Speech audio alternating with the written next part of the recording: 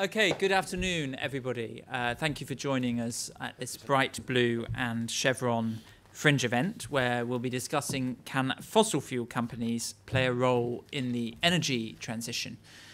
So thank you to everyone in the room, and also thank you to those of you who are watching on the live stream, wherever you are, on a beach somewhere. We're very jealous, but hello. And also to say that Bright Blue, for those of you who don't know us, we're an independent think tank for liberal conservatism. I didn't realise that was going to dim the lights. Normally it brightens up when I mention Bright Blue. And we see our mission as defending and improving liberal society. We work across four main themes: employment policy, education policy, social policy, and most crucially for this event, energy and environment policy, where we've had a long track record in influencing government policy, particularly in the adoption of the net zero target and measures in which to achieve that. If you're tweeting, please use the hashtags BrightBlue and hashtag CPC23. And you can also use our Twitter handles, We Are Bright Blue and Chevron. So this debate really is about the sort of big challenge this century, which is how do we have deeper decarbonisation, and how do we do it in a way which is pragmatic and affordable, as the Prime Minister recently discussed. Fossil fuel companies obviously play a major role in our economy, in providing the energy that we need to heat our homes, to travel around. And really the question is, what role should fossil fuel companies play as we continue that journey to net zero? What are the future activities, priorities and investments that fossil fuel companies can make to be climate friendly? And how important are fossil fuel companies with technologies like carbon capture and storage, which the Committee for Climate Change believe is crucial to meeting net zero, ensuring that it's commercially scaled up? And really, what's the net economic and environmental impact of fossil fuel companies? So a great debate and some great panellists. I must say that we did have a journalist on the panel, a female journalist, and unfortunately they have dropped out. We don't like all male panels, but we did try, so we apologise for that. So on the panel we have Peter Aldous, MP, who's the chair of the British Office Offshore Oil and Gas Industry, APPG. We have to my near right Jerome Mayhew, MP, who is the member of the Environmental Audit Committee. To my far right is Sam Hall, who's the director of the Conservative Environment Network, previously head of research at Bright Blue and did very excellent things at Bright Blue on our energy and environment programme. And then finally we have Andrew Kulpecz, who is the general manager of UK Upstream at Chevron Corporation. So they'll speak for 5 minutes and then we'll open it up to contributions and questions from you. So if we could start, please, with Peter. Right, well, many thanks for that. And the question we've got is, can fossil fuel companies play a role in the energy transition? And I think the first point I would say is that when there are not many, we've moved away from companies being just fossil fuel companies. A lot of these companies are now what I would describe as all energy companies. Now, Andrew will tell us about what Chevron are doing on this. But if you look at a company like Equinor until not many years ago was Statoil. If you look at Ørsted, which one thinks about as being a offshore wind company, that was Dong Energy, the Danish offshore natural gas company. That's what that was previously. So we are, I think, energy companies themselves are moving away from fossil fuels. As to what the role those companies can play in the transition, I think in many ways, you just have to look at the North Sea transition deal itself, which was our last sector deal. Personally, I think sector deals were very, very successful, and it was unfortunate we're not continuing with them. But it was going to be called the oil and gas sector deal. It's called the North Sea transition deal. And if you look at the detail of it, it is all about the transition, and and I've looked at it over the years. I think since 2021, things have actually changed a great deal. There's been a far greater focus on the future of the North Sea, and I'd look to see how you can improve the North Sea transition deal. And I don't think you can. It's a good document. And so I think in that respect, you would say that those energy companies are playing a role in the energy transition. I think the final point I would just highlight at this particular point in time is we just need to be, with those companies doing a lot of other activities, not just oil and gas extraction, but maybe involved in carbon capture and storage, in the move to hydrogen. There's very much a feeling if you can't have one thing without the other. These companies are the investors behind the companies. They're globally footloose, and if we don't welcome them and embrace them here, they will go elsewhere, and we won't get the carbon capture and storage and the hydrogen that we need to fuel that energy transition. So that's just, Ron, that's just a few comments from me to start off. Great, thank you, Peter. Excellent stuff. A question for me, a follow-up question, is just thinking about the Prime Minister's speech. I think it was 2 weeks ago now. Feels like a long time when you've been at conference. Obviously there were some policy changes, which in kind of the whole grand suite of net zero changes, quite small, which was around the phase out of the ban on petrol and diesel vehicles and new gas boilers. Did you welcome that new approach from the Prime Minister? Do you think that sent the right signal both on the environment and the economy, or did you have concerns about it? I think, Ryan, if I'm faithful, I had concerns about it.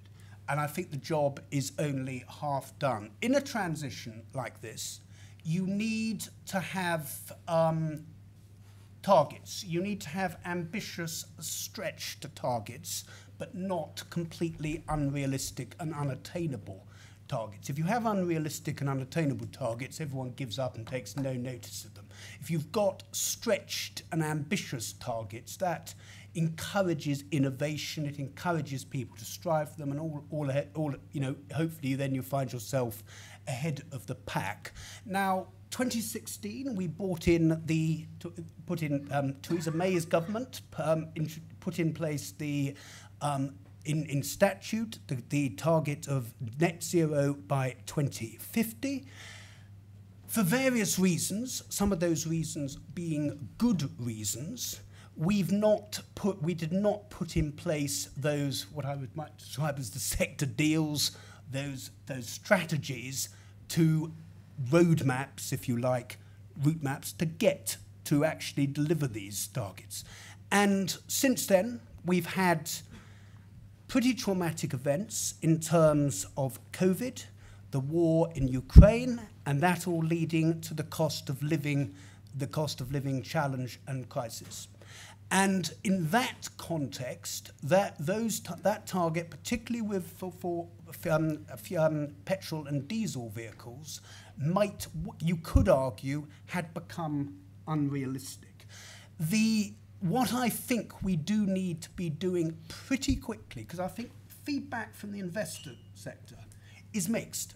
And I think, because I'm going back to what I was saying previously about investors being footloose, and there are an awful lot of other investors, whether it's or countries like the US, fluttering their eyelids. We've got to put in place that route map pretty quickly. And I hope that that comes in the autumn statement, if not before.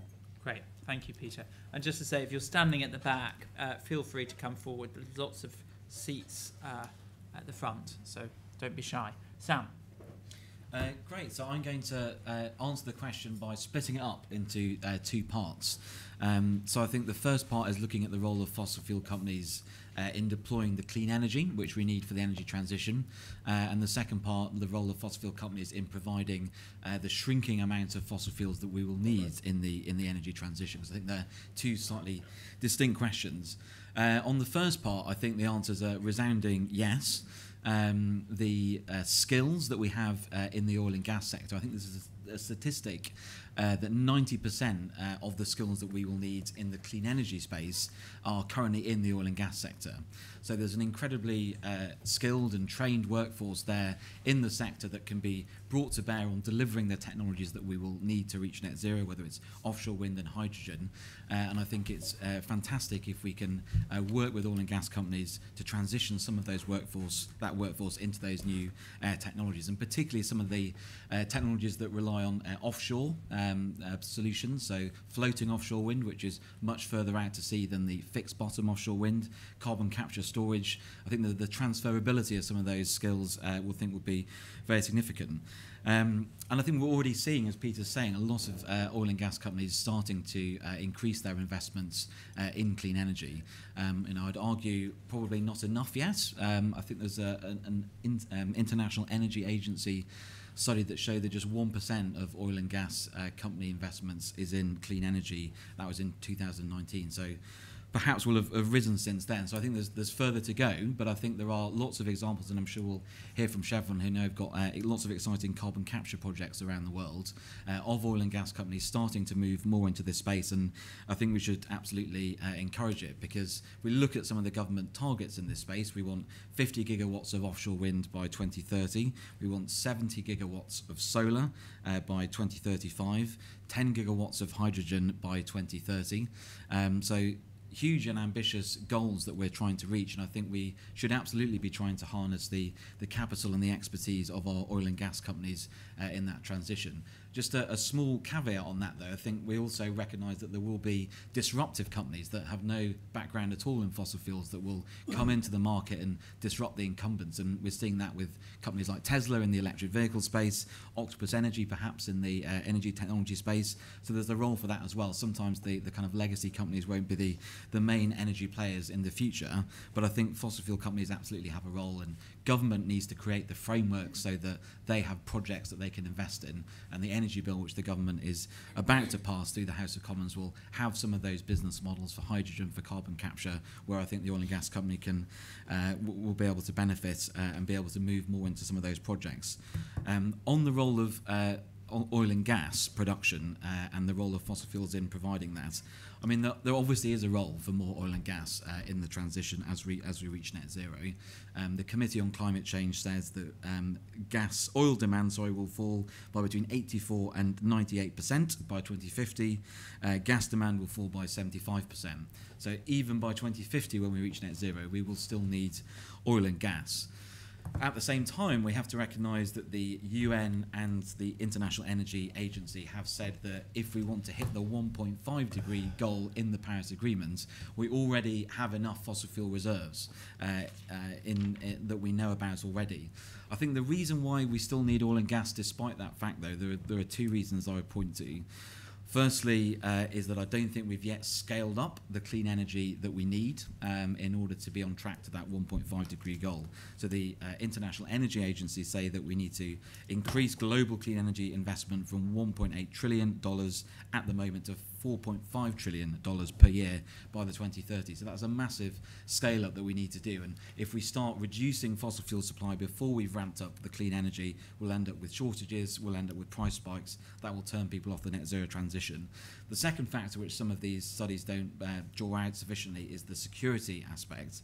We do care about where we get fossil fuels from. We don't want to be using Russian fossil fuels in particular, but there are other regimes that we don't want to buy from as well. So I think think both those factors slightly complicate the sort of normal assertions about the 1.5 degree goal and what that means for fossil fuel reserves. I do think, however, that as the government produces new licences for oil and gas, it does need some strict climate tests to meet. So it needs to be tracking how we're doing on that clean energy scale up. The government needs to be bearing down on demand for oil and gas across the economy, encouraging electrification of transport, of heating, and they also need to be encouraging oil and gas companies to reduce some of the emissions from producing oil and gas as well. I think if they do that, then they'll have a sort of coherent message on how oil and gas can be compatible with net zero. And I think final point, the energy transition, the end goal that we're all aiming for, I think will be a better place. We'll have cheaper energy bills. Wind and solar are cheaper than gas already. We'll have jobs, particularly if we can develop this technology here in the UK and export it around the world. We'll be less dependent on volatile fossil fuel markets, which are at the whim of dictators and petrostates. And of course, we'll have less climate change as well. So I think the end destination that we're aiming at is an exciting one. And I absolutely believe that fossil fuel companies can play a role in getting us there. Great, thank you, Sam. Very factful and eloquent. A question I had was around carbon capture, which, for some decades now, people have said this is the future. A lot of the modelling is based on CCUS being a certain scale, but we're not quite there yet. So, do you have some worries about that, or do you feel actually we will be in place in a decade or so, and this will, this will be commercialised and scalable? Well, I think in the UK there's been a couple of false dawns around carbon capture where the government's had programmes to get investment into carbon capture and then pull the funding at the last minute, and I think that's badly damaged investor confidence in the technology. I think this time around the government is serious and is committed and has identified clusters where we're going to start rolling out carbon capture to decarbonise heavy industry. And I think that sort of approach I think will be successful. There's private sector consortiums working with government on the different projects that are going to be part of those clusters. The energy bill that I mentioned has got the business models that will provide essentially the subsidies for those carbon capture projects to be built. So I am confident that this time round we will see the carbon capture being developed. I think the government needs to get on with unlocking and agreeing some of those contracts for some of those individual projects. Investors, I think, are ready to invest and put their money in, but they need the certainty from government and they need that policy there to unlock the investment. Brilliant, thanks, Sam. Jerome. Thank you very much. Can fossil fuel companies play a role in the energy transition? Well, it's a stupid question, isn't it? Because the answer is obvious. Yes, is the answer. I think the more interesting question is how and why. And being tail end Charlie, I've suffered from the usual complaint that the other speakers have already come up with lots of good ideas. Sam's absolutely right. There's a huge amount of expertise, particularly in offshore, that traditional fossil fuel companies have, and is already very, very relevant to the offshore wind sector and will increasingly become important as we develop that sector, both fixed and floating, but also in the CCUS regime, because what we have in this country is almost unique geographical advantage, or geological, I should say, advantages, where we can link CCUS heavy industry clusters, perhaps linked around hydrogen, which I'll come back to perhaps in a minute, and then we can pump the captured carbon into the holes in the ground underneath the North Sea using a lot of the infrastructure which has already been developed by the traditional sector. We've got lots of transferable skills around hydrogen, the transport of flammable gases from natural gas. I know it's a smaller molecule, it's more, it's harder to transport, but there's lots of transferable skills and infrastructure for transport, storage, and then as I've said with the CCUS, and as Sam rightly says, the skills also exist in the workforce.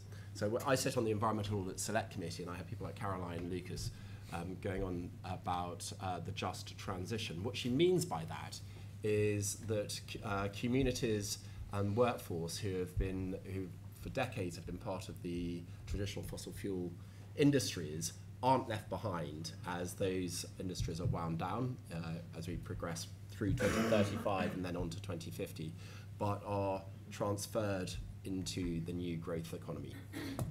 As a conservative, I believe in the free market. I think the market is going to solve an awful lot of these problems because, as Sam has said, 90% of those skills which are operating now in the traditional fuel industries are transferable, are already what we know we need in the new ones. So I'm much more optimistic than perhaps some of the more social engineering type politicians would have you believe. So that's one side of things. It's pretty straightforward, the answers there, I think. The other side was touched on by Sam, which is that we're talking about net zero in 2050. We're not talking about absolute zero. And in the debate around this subject, I think we sometimes get confused between our total energy requirements and our electricity energy requirements because they are not the same thing.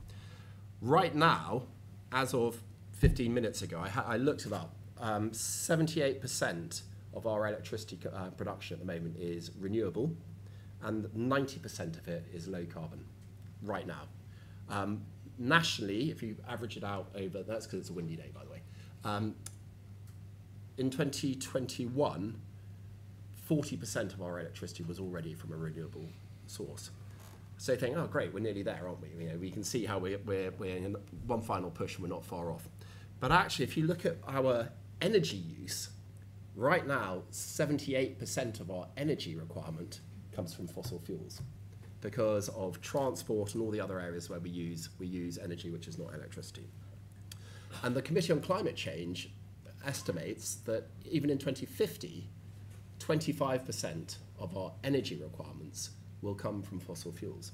So we're not, no one is saying, apart from the absolute, let's all live in mud hut zealots, are saying that we're not going to have a long-term, beyond to 2050 and beyond, need for some form of fossil fuels.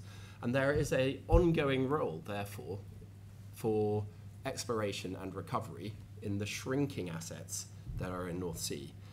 And there are three good reasons. Sam's touched on a couple of them already, as to why that is important and why it is absolutely right that the Prime Minister announced, or rather the government announced a couple of weeks ago, new drilling licenses and exploration licenses in the North Sea. The first one is environmental. If we're going to use oil and gas, which we say we are, we should try and use the most environmentally friendly versions of oil and gas. Now, the most environmentally friendly currently is actually from Norway. And we import quite a lot of gas from Norway, and we should continue to do so. They're a friendly nation. But that is not an unlimited supply. So we get some from Norway. The rest currently comes from places like Qatar, and it comes in LNG, imported. And it's a slight mouthful, but the kilograms of carbon dioxide equivalent per barrel of oil equivalent is the unit of measurement for the emissions associated with the cost of production. For imported natural gas, it's 79 kilograms per unit, whereas North Sea is 21 kilograms. So we're a quarter the emissions of our current energy provision comes from exploration and extraction from the North Sea. So on an environmental argument, it makes better sense, if you're going to use this product, to produce it in the North Sea rather than import it in LNG. The second argument is economic. We don't normally talk about the balance of payments any longer. When I was growing up, you used to have news items, the older members in the audience, you can remember we used to talk about the balance of payments almost on a monthly basis and whether they're going up or going down. It matters. Whether for UK PLC, the balance of payments absolutely matters. So it makes sense, really sound economic sense, if you're going to use a product as a nation, that you create it within your economic sector, within your economic boundaries, because it assists in your balance of payments. And the third one, which Sam's already mentioned, is energy security. We live in an uncertain world. If you didn't think that before the last 12 months, you definitely do think it now. And energy security has gone right up the list of political necessities. So I am unapologetic as an environmentalist for saying we need to continue to exploit the natural resources in the North Sea for all those reasons, for environmental reasons, for economic reasons, and also for political, geopolitical reasons of energy security. Great. Thank you, Jerome. Very thoughtful stuff. Now, interesting what you talked about, comparing Caroline Lucas and her sort of focus on a just transition, and you were saying the market will sort things out. I mean, it's interesting because the closure of coal mines in the 70s and then the 80s and the early 90s, rightly or wrongly, a lot of people, in particular in kind of Red Wall, North Wales constituencies, which the Conservatives, people in those areas long shunned the Conservatives, blaming the closure of the mines, rightly or wrongly, on them. And it was only until we had Brexit where we managed to kind of change minds. Do you feel there is a danger with the green transition that certain jobs and industries will be lost? And if we don't provide enough support, that could be quite politically problematic for the Tories? Or do you don't sort of equate the two? I'm interested in your thoughts on that. Okay, there's always a risk. I think the risk is much, much, much less than the transition away from extraction of coal. The reason is because the skills were not transferable. So if you were an expert in digging coal, that is not or certainly wasn't in the 1980s, a transferable skill which led itself naturally to a nascent industry. What we've heard and what we know from the evidence in the transition from oil and gas towards renewables is it's exactly the same. It's exactly the same skills in the same areas that are going to benefit. So Peter, with his constituency, is benefiting enormously from offshore wind for servicing the southern North Sea. Aberdeen is going to be I've forgotten the name of it, but it's going to be a CCUS hydrogen hub. It's going to benefit enormously from exactly the same skills being used in the new industry. That doesn't mean to say that this transition will not be disruptive. It absolutely will be. But it's going to be disruptive, in my mind, in a net positive direction, particularly, funny enough, in the communities that were so badly hit by the move away from heavy industry. Because if, as I believe we will very shortly be announcing the introduction of a carbon border adjustment mechanism, then, you heard it here first, then that will lead to a renaissance of manufacturing which will be overweight in the Red Wall areas of the Midlands, the North, and in Wales.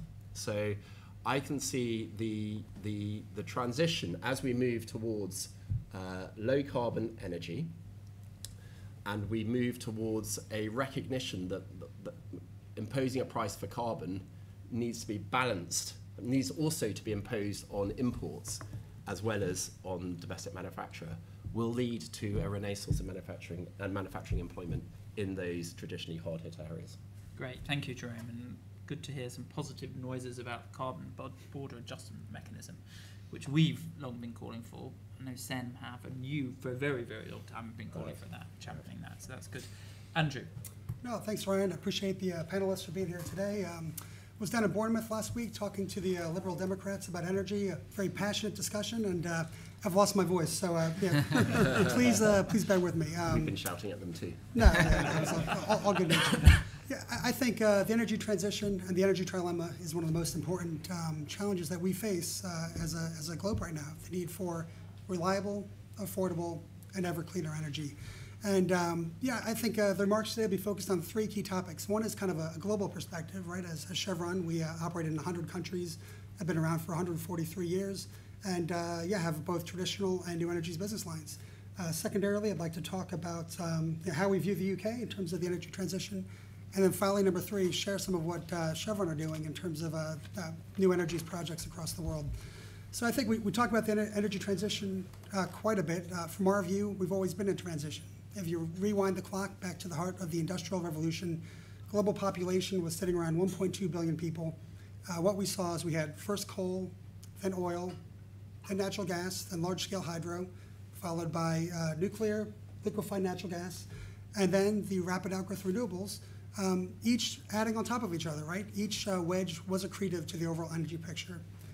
no knife edges, right? No rapid decreases in those underlying energy sources to get us to where we are today, which is a global population of 8.5 billion people, which is largely driven by fossil fuels, right? Globally, 80% of the energy system today is fossil fuels. In the UK, it's a bit less, 75 to 78%, right? But it's a big energy system. You know, things move slowly. The future will be lower carbon, but I think that scale of the system really matters when we take a look across the world. That's also prefaced in what the future of energy looks like. As we look towards 2050, global population will increase from 8.5 billion to around 10 billion people, and total energy demand is going to increase close to 50% over where it is today, right? So it's a massive undertaking in terms of not only evolving the energy system, what we have right here today, but what we're looking forward as we move towards the 2050s and approach the goals of the Paris Agreement. I've been extremely privileged. I've lived in 7 countries and then professionally having worked in 8 others. And not to be judgmental, but I think 1.5 billion people that live in the West, that's the UK, you know, my home country, Western Europe and developed Asia, tend to forget that the rest of the world really doesn't live the same way that we do, right? There's 7 billion people that are trying to join the global middle class, to have access to jobs, grow their economies, and to live more like the West. 1.5 billion people lack access to safe cooking. In other words, cook over open fires inside their houses, which comes with the corresponding health detriments of cooking over an open fire. And then about 750 million people lack access in general to electricity at all. And so I think trying to frame that in terms of the energy trilemma, trying to have that balance between reliability, affordability, and cleaner energy is the greatest challenge of what we're facing across the world today. In terms of the UK, I think exceptionally well positioned for the energy transition. That starts with an excellent natural resource base, both the traditional fuels, oil and gas, but also the vast continental shelf, which has allowed the rapid growth of offshore wind, which has really lent itself to the stats that you talked about earlier in terms of having an electricity system that can be increasingly reliant on renewable energy. A world-class workforce, right, over 220,000 jobs kind of honed in the North Sea that can apply their skill sets, not just to the energy transition here in Europe, but also elsewhere across the world. The industry's added 400 billion pounds of production taxes since its inception 50 years ago, and has also generated 30 billion pounds of GVA just last year. So a very important part of the economy as well. I was reflecting with Chris that anywhere I go in the world, any energy city across the world, whether it's in the US, Africa, Asia, it's characterized by Scottish accents and British accents, right? That technology and innovation hasn't only been honed here in the UK, but has been exported across the world. And so I think as we look towards the transition, the same people, the same companies will be leading the transition both here and overseas as we look towards this, the global energy transition. In terms of what Chevron's doing, I think our view is the future of energy is lower carbon. But there's many different ways to get there. And so when we look at a country like the UK and Scotland, blessed with vast natural wind resources, that's going to play a major role. When you take a look at a country in the Middle East, where you might have more abundant solar energy sources, that will probably be the answer. And when you look at industrialized countries like Singapore and Japan, which really lack that natural resource density, you're probably going to have to rely on a mix of lower carbon fuels, such as hydrogen, ammonia, or carbon mitigated LNG. In the same way that each country has its own energy pathway, we view that each company has its own way to differentiate themselves in the energy transition. So from Chevron's perspective, we're trying to focus on things that we do well, things that we think add to our skill sets, and that's really manifested its way in 3 different areas. The first is renewable fuels. We're the second biggest producer of biofuels in the US, and feel that biofuels play an important role today. No new engines, no new infrastructure. You can take those biofuels and really drop them in the energy system of today and have an immediate effect in lowering the carbon intensity of kind of global transportation and emissions. The second is hydrogen. We recently invested in ACES Delta, which is a renewable energy storage project in Utah, where we take excess green electricity from the grid when you normally have to pay producers to actually stop producing, and convert that to green hydrogen stored in energy caverns, which can be dispatched during times of low renewable energy generation. We're also looking at CCS. We're one of the largest current active producers of CCS in the world, given our position in Western Australia, and believe that's a critical pathway in terms of meeting the goals of the Paris Agreement. Again, hasn't gone perfectly, but really understanding what works and understanding what the challenges we face ahead is exceptionally important for upscaling that technology for the world. And then finally, new energies, things like geothermal, which really play to our skill sets in engineering, geology, and large-scale projects really playing to our strengths. So I've been with Chevron for 15 years, background is in earth science. It's been really exceptional to see the progress that's been made so far, from large-scale coal to gas switching in the US and the UK and places like Israel, to the onset of Gorgon CCS, and really look forward to the future, approaching it with optimism and trying to make the right investments going forward. Great, thank you, Andrew. Good stuff. And particularly struck by what you said about the need for diversity in low-carbon energy sources, depending on the geographies that you have across the world. Just a question around hydrogen, which you mentioned towards the end, and in the UK, again, a bit like CCUS, that has long been seen as something that will really break through and provide a good possibility for us in terms of an energy source.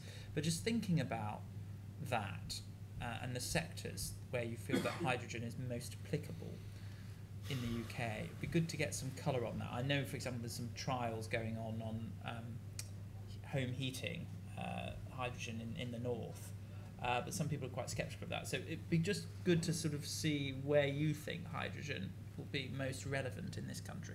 Yeah, I think there's some areas that are easily electrified, right? Light-duty transportation makes a lot of sense. The rapid outgrowth of EVs, kind of proves that. We look towards some industries that you really just can't electrify, right? Because the energy intensity and the temperatures that are required far exceed the ability to easily electrify. So that's really where I think hydrogen will play an important role. It's those hard-to-abate sectors, things like manufacturing, steel, marine transport, heavy-duty transport, where you really require a different answer than electrification. We're really focused right now with Chevron in terms of partnering with our key customers in Asia Pacific to identify technologically feasible solutions, things that can be commercially viable, but then address that with scale and pace to really build out these hydrogen, not just the technology, but those real big picture value chains, right, from source all the way to customer to really meet those solutions. And we're confident that the same commercial structures that are proven out there can apply directly to the UK. Good, thank you. Interesting stuff. Right, let's open it up to the floor. Hopefully there's no one from Just Stop Oil who've crept through security. I've got a nice suit on and I don't want that in paint. Let's, if you could wait for the microphone, that would be great, because they need to hear you on the live stream. So we'll start with this lady here, right on the side. Hello there. I'm a member from Edinburgh East, but I'm also a board member of the Northern Ireland Utility Regulator. And I came along because I'm interested in domestic oil. In Northern Ireland, 68% of homes are heated with domestic oil, which is very, very high compared to GB. And it's 82% in rural areas. And there's a very small gas network. And I'm really interested in the fact this isn't regulated, this sector, domestic oil.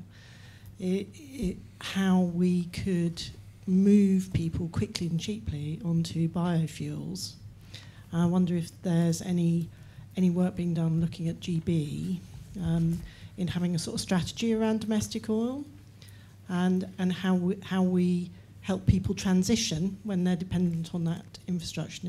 It maybe if Chevron's thought about how that might happen, it might help, because we don't have government in Northern Ireland to provide any leadership. And I am but a regulator, and we don't have a power over it. But it's the thing I'm really interested in, this big carbon issue in Northern Ireland about domestic heating. Great, thank you. I might just take a round of questions and then you can answer that, Andrew. So let's go to this gentleman here. And please do say who you are and where you're from. Hello, my name's David Berryman. I'm from Ribble Valley, centre of the kingdom. Anyway, this is a question for Chevron, really. There's a lot of stuff in the main hall about carbon capture, and there's talk about high net and whatever in the Yorkshire fields. When you're doing carbon capture, do you use the same topside as the producing fields, or do you have to put new topsides on? Do you have to drill new wells? can you use the infrastructure, the infrastructure that's already there?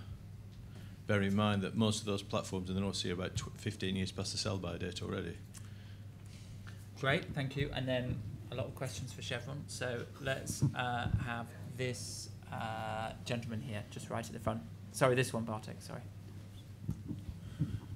Yeah, this may be a little bit of a sceptical sort of comment. So obviously we're looking at a net zero here. So we would electrify and all that type of thing. However, the oil will still be coming out the ground and will still be producing oil and gas. That will still be potentially going to other places. So I'm just wondering, what is the potential for there still be no reduction in the total amount of emissions to the atmosphere? Because that's what the game is, isn't it? Don't burn petrol and don't burn gas. Great, thank you. Andrew, perhaps you want to answer some of those questions. Yeah, happy to take a stab at the first two, and then the third one's probably a broader conversation. Regarding domestic heating, I think that's where biofuels can really play a role. That's one of the different applications, both from trucking, synthetic aviation fuels, marine transport, where you essentially can take the heat boilers of today and just drop in an alternative fuel. Now, trying to build out those value chains can be difficult. Right now, a lot of that requires policy enablement, right? The right incentives from government to get these, I call early technologies of biofuels off the ground, get them standing on their own feet commercially before they can be applied more broadly across sectors as such. So I'd say, yeah, keep an eye on that. Again, we have biorefineries in Emden, Germany, which are producing a fair amount of biofuels today. But we think it's a very exciting place where we can actually grow that into a much larger business and then start expanding the value chains towards the more customer interfaces. Regarding the CCS, I guess it depends, right? There's a range of different infrastructure that's out there in the North Sea. We're not currently involved in any of the UK-based CCS clusters, but several of the operators have talked about everything from repurposing existing kit almost as is to actually keeping the jacket in place, right, the part that attaches to the seafloor, stripping off the top sides and replacing it with a kind of fit-for-purpose CCS. Again, the basic idea there is you're capturing carbon dioxide from the smokestack, transporting it and injecting it far below the surface of the Earth, where it'll stay there over geologic timescales, and then you don't have to worry about it re-entering the atmosphere. The projects that work globally right now are generally onshore or in very shallow waters. So just like oil and gas, the more simple you can keep the venture, and generally the economics are definitely much improved. Peter, I didn't know if you wanted to come in. I would, if I could just come in on the domestic heating oil one, and I have to declare an interest, and I am off grid myself, but I'm generally extremely supportive of the transition. I talked earlier about having sensible and realistic targets. I couldn't work out why, for so long, we were insisting on off-grid, going to heat pumps and getting away from. I really couldn't understand it. It was completely illogical. And so, whilst I welcomed that part of what the Prime Minister said 2 weeks ago, it should have happened a very long time ago. And you are right about that particular issue. It's all about taking people with you. And actually, if I just go south of the Northern Irish border, if you go to Republic of Ireland, a great number of people in the rural areas heat with peat. And so that is an enormous transition that you have got to set out. That government have got to set the route map out as to how to get away from that. Yeah. Sam. I was just going to pick up on that last question about 2050 and whether we'll still have emissions from the oil and gas that we're still using. And take the opportunity really just to try and be a bit sort of realistic about what we're going to get out of the North Sea in the coming decades, because it is a mature basin. Even with the new round of exploration licenses that the government is currently issuing, it will extend the life of the North Sea and the UK continental shelf by a decade or so. But I don't think it's not going to be a major oil and gas producing area in 2050 and beyond. It is in decline, and I think it's a relatively expensive place to produce oil and gas compared to other geographies. And I think some of the changes that the government has made in terms of the windfall tax has made it a less predictable place to invest for oil and gas companies as well. So I don't think that'll be a huge problem for us, in that I think production will kind of naturally tail off anyway for economic reasons as much as anything. And then we've talked about the role of CCS as well. And I think that in some of those very hard to decarbonise sectors like heavy industry, where there isn't a sort of technological solution in terms of electrification, then I think the burning of fossil fuels can be mitigated through the use of carbon capture technology. And I think that's how you will prevent some of those residual emissions from entering the atmosphere and causing global warming. Great. Jerome. Right, the two questions, just dealing with this one first. We're about 1% of global emissions come from this country. So if you looked at that, you say, well, what's the point? But the answer is, if we don't play a part, and everyone said that, then we wouldn't get anywhere. And we all suffer from the very, very significant consequences of unconstrained heating. Not least, if we're being, you said this is a cynical approach. One of the big topics in our political discourse at the moment is about net migration and people coming in small boats across the channel. If you think it's bad now, you will, in 20 or 30 years' time, you will look back with nostalgia about the total absence of migration coming from sub-Saharan Africa if we allow the heat of the world to go significantly above 1.5 degrees, because there will be hundreds of millions of people whose domestic situation is functionally uninhabitable, and they will be on the move.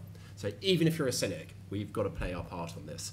And but there's no prize for being a total outlier at the same time. We need to bring, as has happened under the climate conferences, the COPs, the COP26, which we had up in Glasgow, and then to COP27 in Sharm el-Sheikh.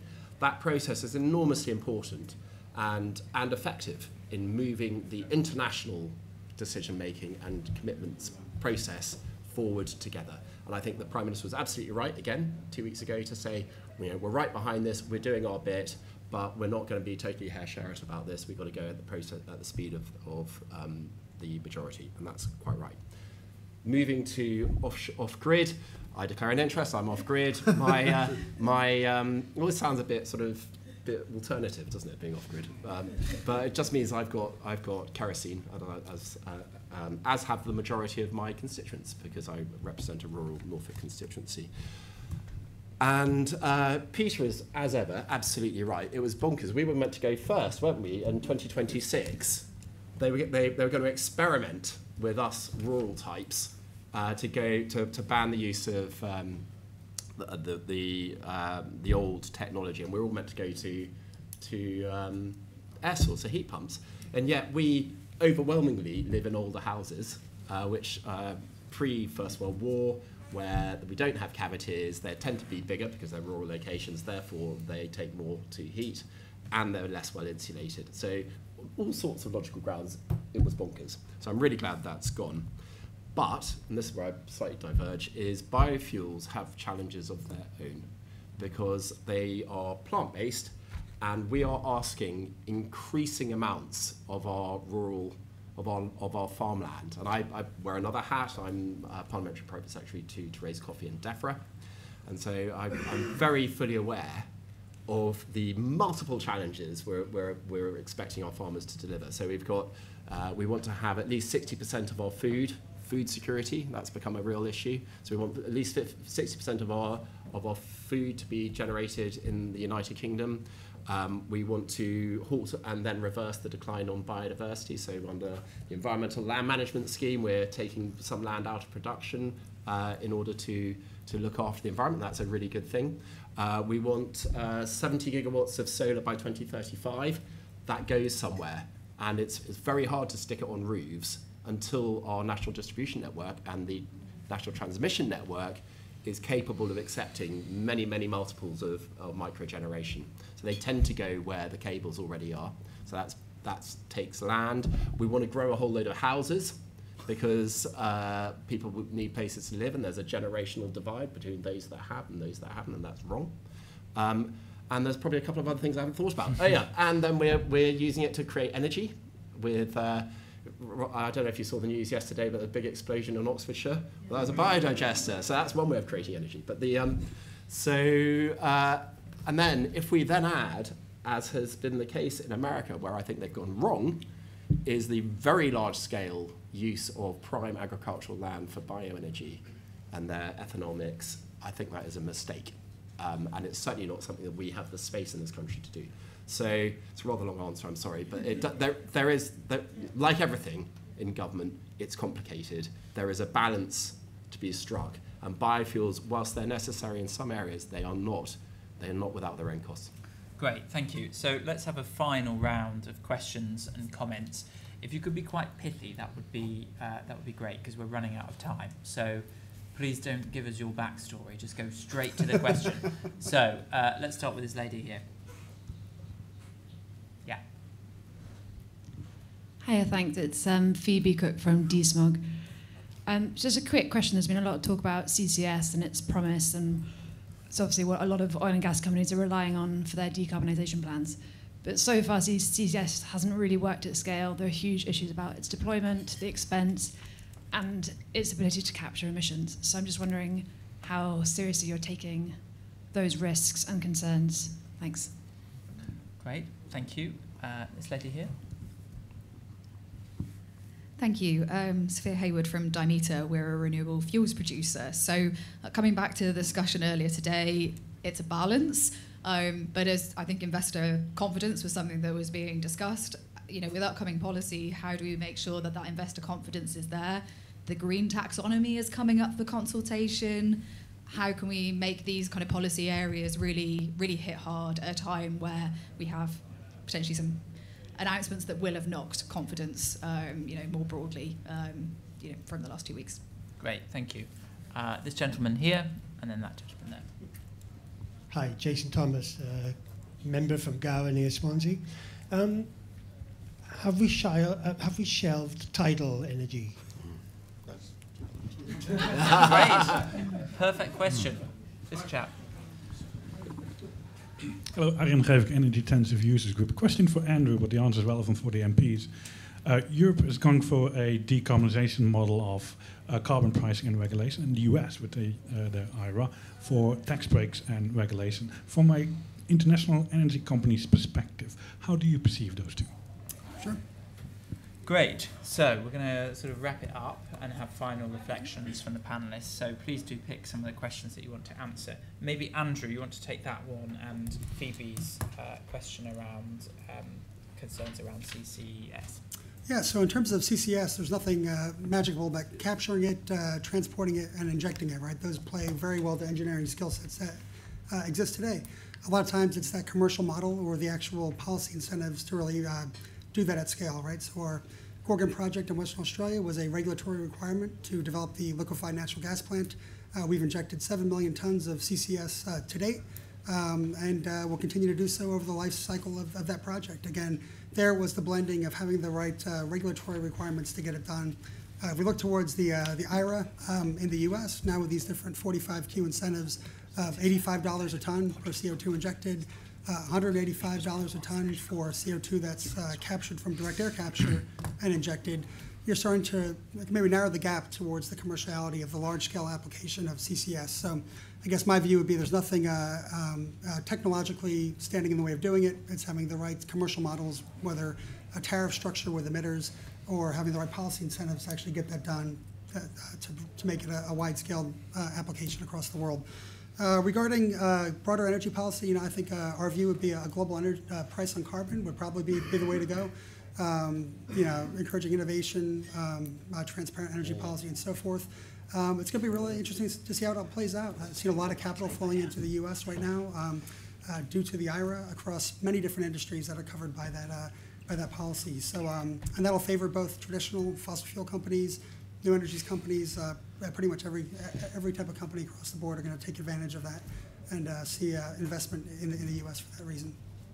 Great, thank you, Andrew. Sam, can I come to you next? Yeah, I just want to pick up on the challenge on CCS. I think there is definitely, it's very fair, and I think capture rates from some of the early projects haven't been as good as you would have liked.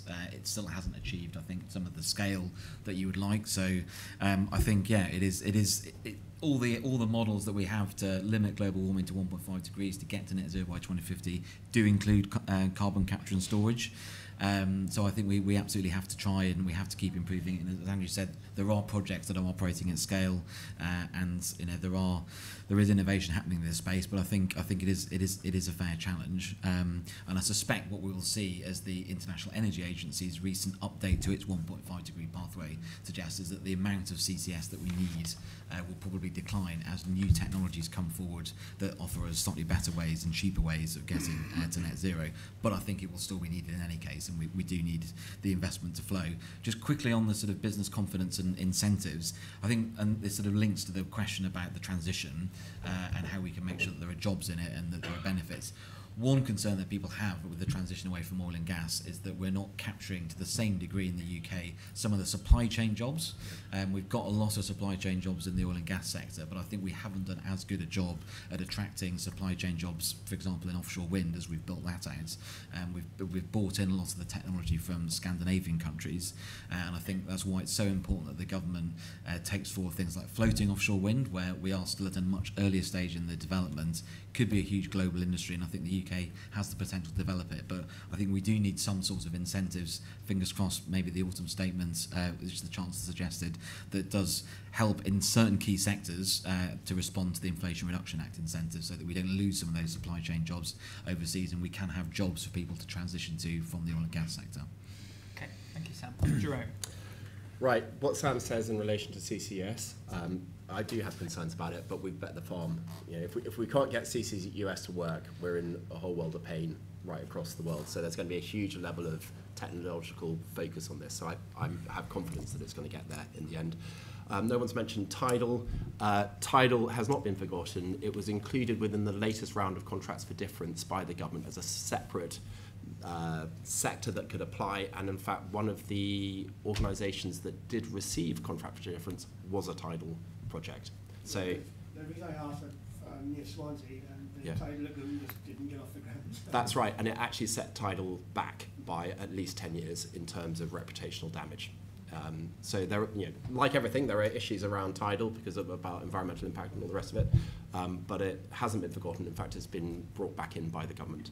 And then the USA versus the UK, ARA is essentially the US government has gone down the massive subsidy route, and we've gone down the market, priming the market and having a market-based solution.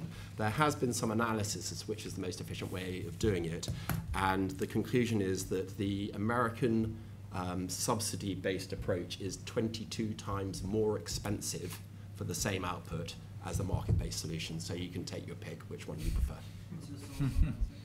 I'll come back to you on that, but that is a figure I have in my head. Great, thank you. Peter, final words. Very, very quickly, just looking at those three questions. Phoebe's question on carbon capture and storage. You're right to be a doubter about it, and we've had a number of false starts, but it's absolutely imperative that we do it. I was on a study about 7 or 8 years ago now, and we were looking at this at the same time as the Norwegians. We were then in the same position as the Norwegians. The Norwegians are now ahead of us, and we've got to catch up. The question about market confidence being jolted in the last few weeks, that is right. We need, in the next few weeks, to put that right and to put a route map in place. On looking at IRA and the alternative ways of doing it, I don't think we can have a global solution as such. It will be each country having its own arrangements. We can't compete, I don't think, with the US. I think, and I do agree with Jerome, that our approach, correctly implemented, is the right approach, and it has been successful in the UK up to now. We've got to get it back on track. Tidal, I was in Westminster when the tidal lagoon in Swansea were very very sort of lobbying very, very hard on that. And I know it was a decision, I think Greg Clark at the time, he took it with a heavy heart, but it was, at that time, to be fair, offshore wind responded to what the government said, you've got to get this price down. Swansea wasn't able to respond, but it's a technology we mustn't forget, because it does have an important role to play, certainly on what I would call the western seaboard rather than the eastern one where I am. Yeah. Great, thank you, Peter. And thank you everyone for joining us this afternoon. Thank you to those of you on the live stream too. We're innovating a little bit in the way that we do Fringe events, so we're now going to have a bit of networking time for 15-20 minutes. You don't have to stay if you don't want to, but if you do, you can interact with fellow guests and speakers and carry on the conversation. If you're interested in Bright Blue, you've got a goodie bag, plenty of bedtime reading for you in there, including our most recent magazine. So please do take those away with you. And if you're interested in more of our events or joining Bright Blues, please speak to Liam, who is at the back there. He's giving us a wave. And if we could give just a final round of applause to our speakers and thank Chevron. Thank you.